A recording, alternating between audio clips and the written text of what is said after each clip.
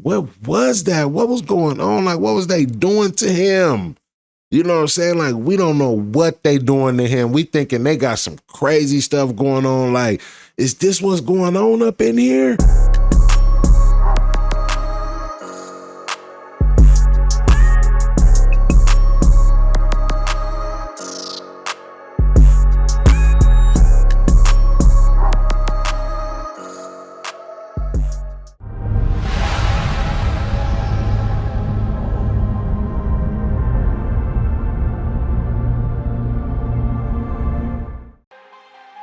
What's cracking, YouTube? And how's everyone doing? This is the Unchained Podcast, and I am Cano 3, your host and guide through these streets. Let me take you on a journey. So grab you a cup. You know I keep a cup nearby.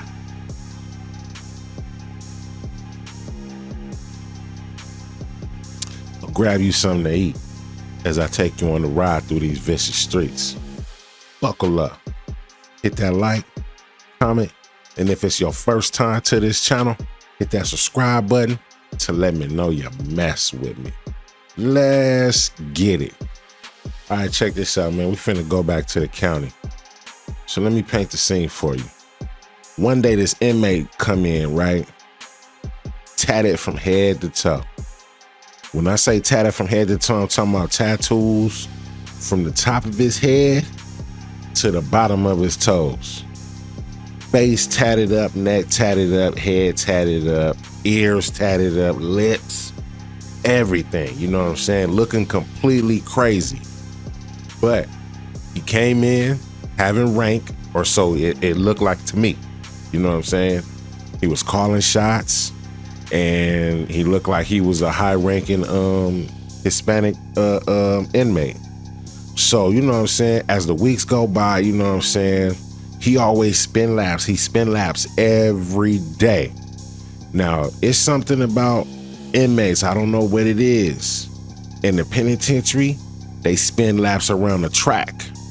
They just spin laps, spin laps, spin laps.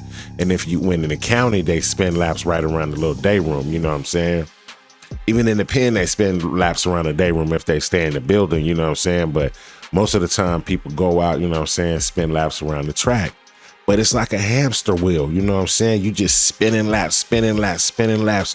It's some inmates right now, I guarantee you, that done been spinning years worth of laps every day for years, spinning laps. You know what I'm saying? So just imagine how many laps and how many miles are walked around those prison yard tracks, you know what I'm saying? All right, so anyways, one day he's spinning laps, he bending, you know what I'm saying? I'm on the phone. I'm over there. I'm on the jack with my old lady, you know what I'm saying? I'm hollering. I done caught my time, you know what I'm saying? I'm just waiting on them to call my name so I can catch the bus. At the time, reception was Donovan, so I'm waiting to catch the bus, go to Donovan, you know what I'm saying? When it was a good yard. I know it's all bad yard right now. Don't hit me with none of that bullshit about, yeah, Donovan is a bad yard. Yeah, it is. But all my time I was locked up was before all of this 50-50 and all of this other stuff that's going on right now. I don't even know nothing about that. You know what I'm saying? So our reception is Donovan. Boom. So I'm just waiting on him to call me so I can hit Donovan. I got all my stuff packed up, everything ready to rock and roll. You know what I'm saying? So I'm on the phone, Buddha Bam, you know what I'm saying? I'm talking to my old lady, my homeboy right near me, you know what I'm saying? He posted up right there. Oh boy, busting laps, he's spinning laps, boom.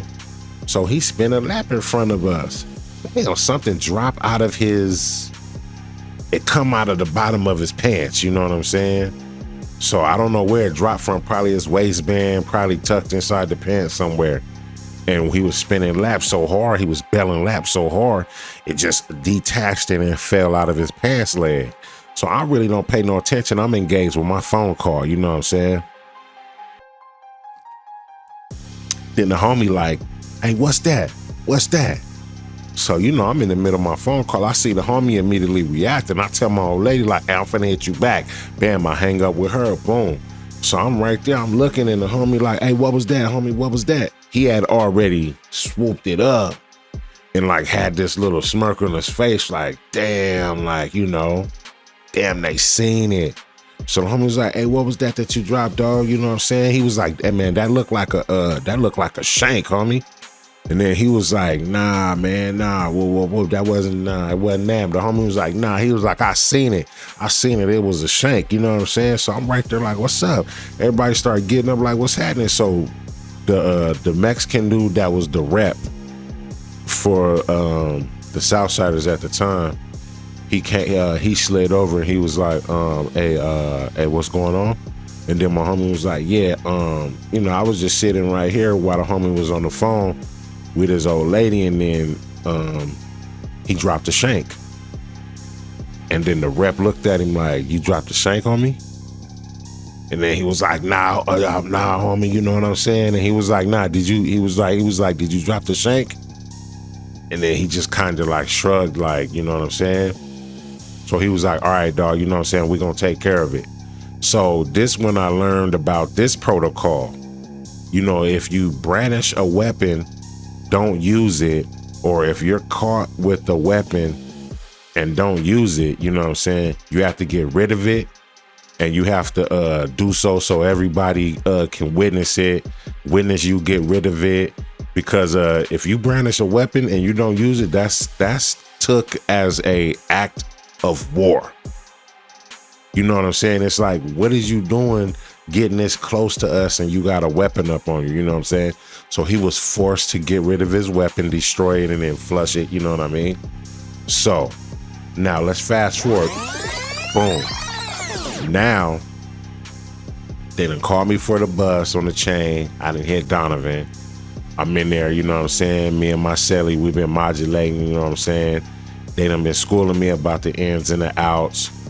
Donovan is currently on lockdown because there's a war going on between the black inmates and everybody else. You know what I'm saying? So it's us against the Woods, against the Pisces, and against the Southsiders, you know what I'm saying? So when I get there, we was on lockdown, you know what I'm saying? And the whole time that I was there, we was on lockdown because it was constantly going up. The one time they did try to let us off before my building even got out, something went down, you know what I'm saying? But that's gonna be one of my other stories, you know what I'm saying?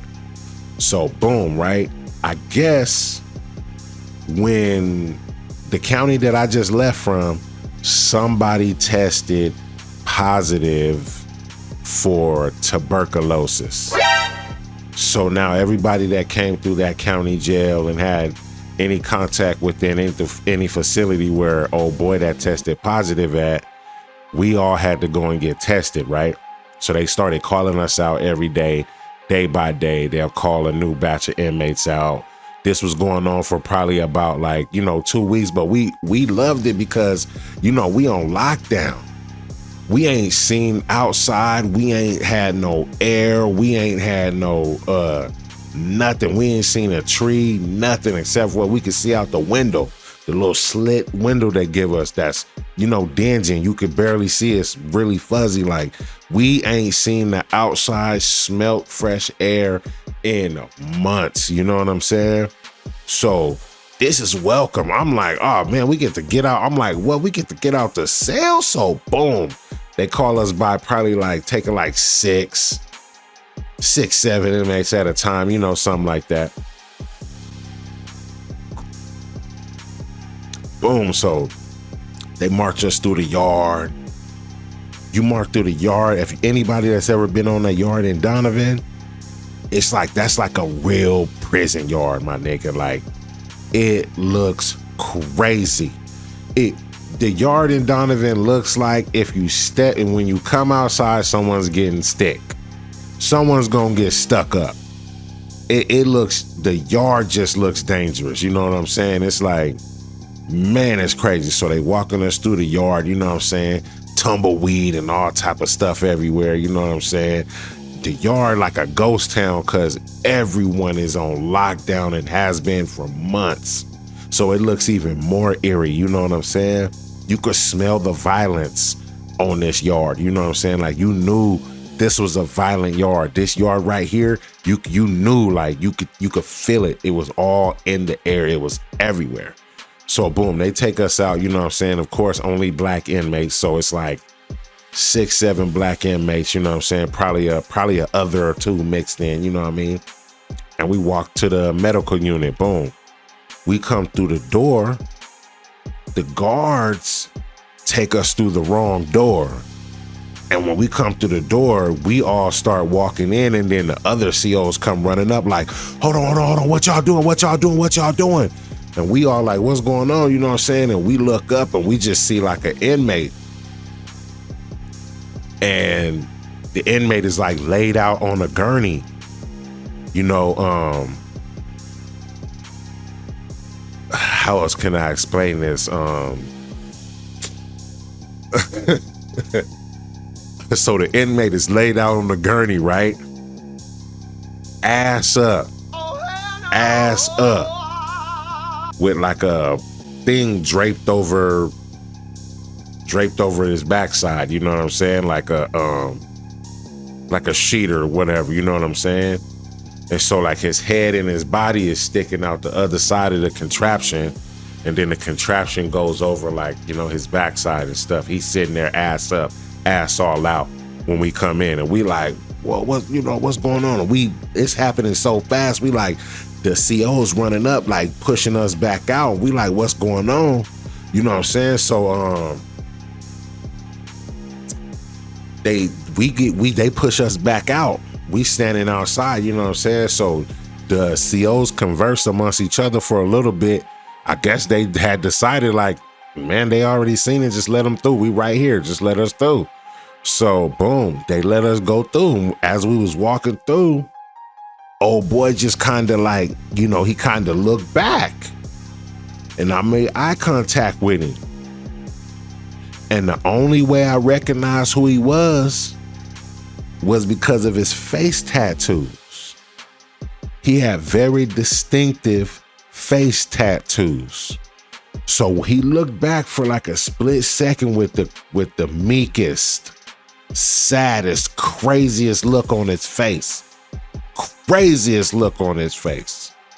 And he just looked back like it was sad, it was heartbreaking, you know what I mean? And he just looked back at us, and they were marching us to the holding cell, you know, to the medical holding cell. And I was like, dang, in my head, I'm like, that's old boy that dropped the shank in front of us in the county. I was like, what's going on? I'm like, what's going on? So now, you know, they get us all to the holding tank, and we all in there like, hey, bro, did y'all just see what I just saw? Y'all saw that, right? And so we confused. We don't know what's going on, because we honestly don't even know what's going on yet. You know what I'm saying? So we like, man, what did we just see? What was that? What was going on? Like, what was they doing to him? You know what I'm saying? Like, we don't know what they doing to him. We thinking they got some crazy stuff going on. Like, is this what's going on up in here? You know what I'm saying? So we all start going up, you know what I'm saying, one by one, taking that little shot to get tested for TB, you know what I'm saying? So we all go up. We have been talking about what we saw in the incident, and I think that the COs have been overhearing us. So one of them came in, and he was like, yeah, man, he was like, how many of y'all, it's y'all first time in here? You know what I'm saying? And like, he was like, nah, for real. Like, we just kind of looked at him, you know, and he was like, nah, for real. So he was like, hey, how many of y'all, this is your first time coming to the penitentiary? And like, I think all of us raised our hands. And he was just like, look, that's what happens to people when they come to the penitentiary. You know, he been up there, and his cellie had been abusing him for weeks. By the time they found him, he was like,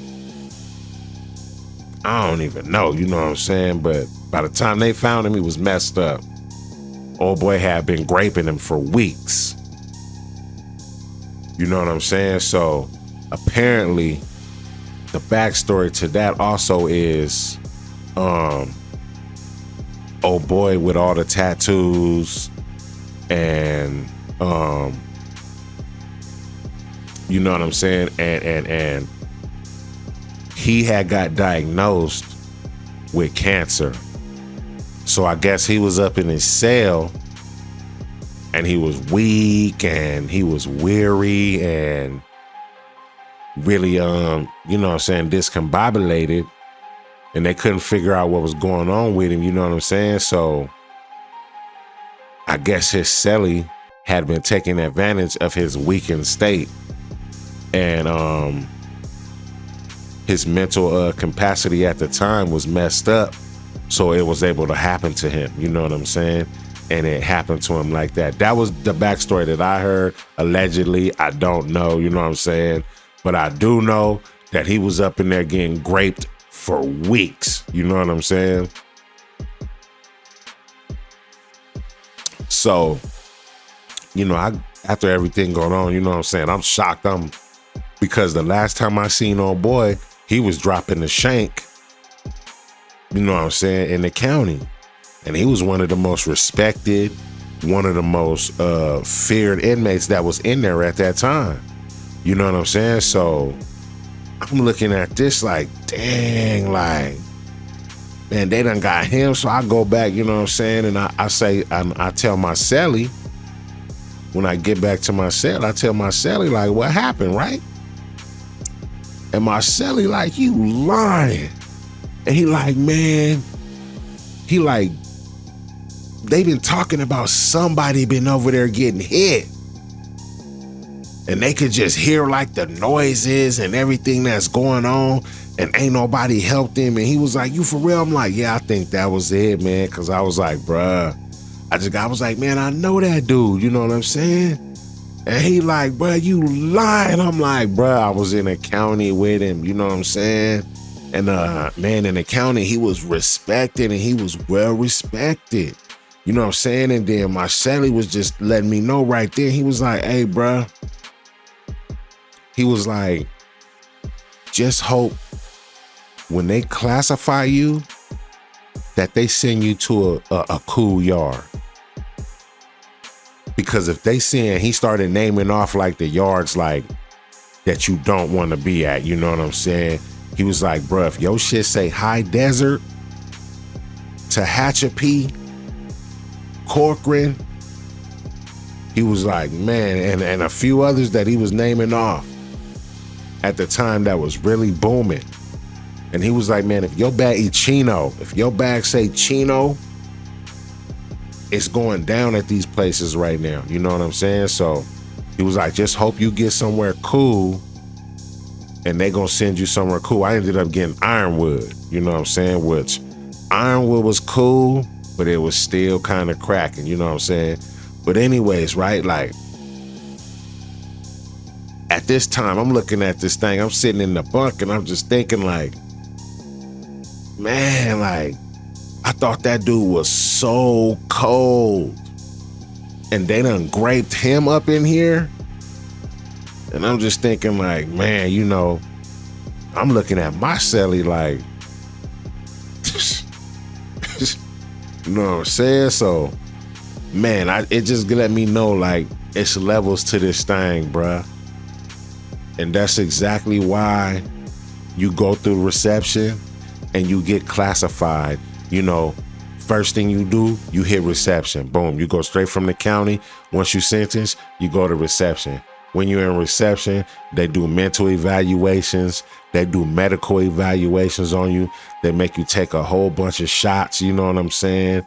You go through a little mini physical. You know what I'm saying? They run your background through everything to make sure that you are who you are. You know what I'm saying? They might swab your DNA, take all your fingerprints, take your hair follicles. Who knows what they do to you during this whole process? But it's a long, drawn-out process by the time you finally get classified. And then you get classified, you know what I'm saying, by how many times you done been locked up, the nature of your crime. Is it violent? Did you get life in jail? What is your sentence? You know, things like that. You know what I'm saying? So level 1 is like like, petty thieves, you know what I'm saying? Shoplifters, drug users, you know what I'm saying? Stuff like that. Level 2 in the penitentiary is probably like, it could be like, same people, petty thefts, campers, people eligible for fire camps, stuff like that. Maybe people that done got an assault case, domestic violence, drugs, you know what I'm saying? Stuff like that. Level 3 is like probably more serious crimes. You got lifers up there. You got lifers also on level 2s, but level 3 is where like you got them lifers that's like lifers, you know what I'm saying? C status, the whole 9, you know what I'm saying? So you're gonna have lifers there. You probably gonna have murderers, rapists. You probably gonna have assaulters, gang leaders, you know what I'm saying, high-ranking members on these levels. Now you get to the level 4, that's where they say the worst of the worst is at. You know what I'm saying? That's where you get like all of the serial killers. That's where you get the gang murderers, the gang leaders. This where you get everybody that's calling all the shots is coming from. This is where every level 4 is where level 4s are so strict and so just crazy military style, like, you know what I mean, environment, because that's where all of the leaders are at. The leaders of the Crips is there. The leaders of the Bloods is there. The leaders of the Southsiders is there. The Mafia is there. The Black Mafia is there. The white Aryan supremacists here. Everybody is level 4 is where the worst of the worst is at. You know what I'm saying? That's why when action happens in a level 4, it's usually gonna be a unaliving and you probably out of here. You know what I'm saying? Level 3, it's probably gonna be unaliving, but you might be able to get up out of there and wiggle up out. You know what I mean? Level 2, you might catch a DP. You might get plucked. You know what I'm saying? But it's not likely. Level 1, you know what I'm saying? You probably catch a one-on-one fade in the bathroom or get jumped on or DP'd or stomped out or something. You know what I'm saying?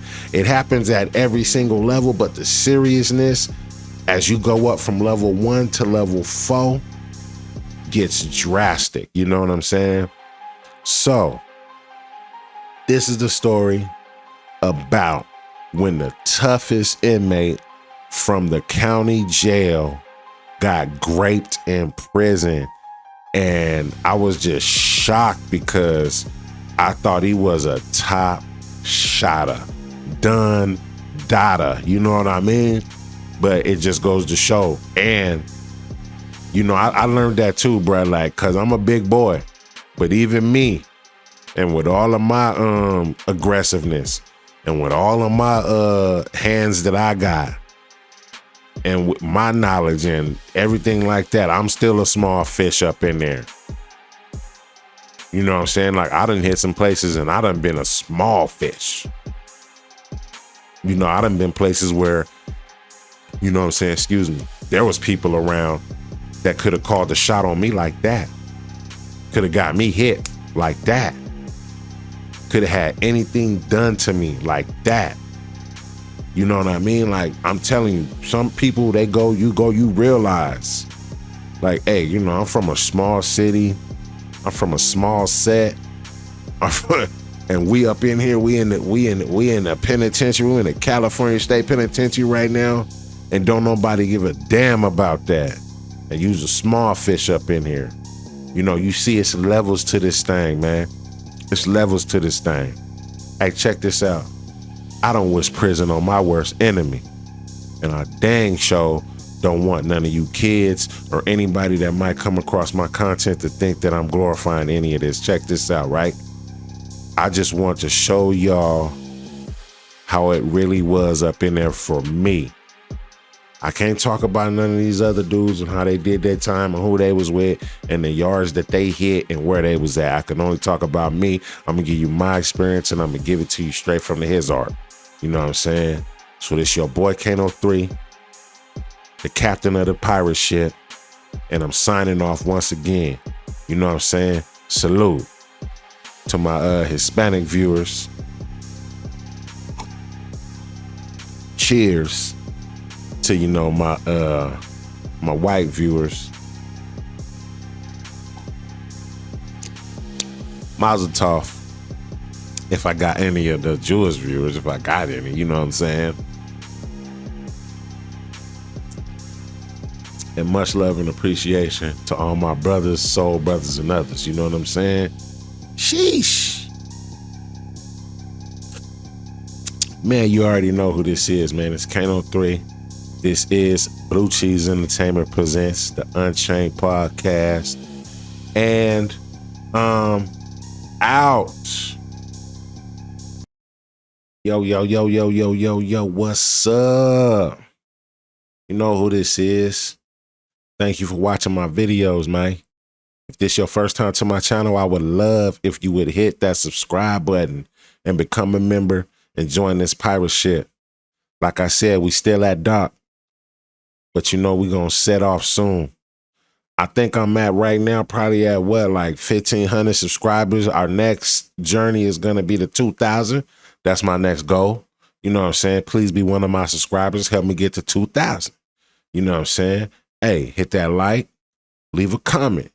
I respond to the comments, you know what I'm saying? And I appreciate every like. It's free, you know what I'm saying? If you can, do it for your boy, you know what I'm saying? Hit the like. It helps me with the algorithm, helps me get in, helps me get out, you know what I'm saying? So we all know the game. We all know what this is. This Blue Cheese Entertainment presents the Unchained Podcast. Hit that like, comment, and subscribe if it's your first time here, or if you're recurring, Jesus, I messed up. Recurring viewer, hit that subscribe button, man, to let me know you mess with me. Also hit that notification bell, man, so I'm gonna get up in your algorithm, and every time I drop this heat, you're gonna be notified. They're gonna let you know Cano 3, he's on the scene. He done dropped again. You know what I'm saying? And also I want y'all to check out this other video that I got that's finna be coming up. Which hand do I gotta bust it with? Is it this one? Right here. Boom. Check out this next video, man. Support your boy. Hit that like, comment, and subscribe, man. Thank yous. Gone.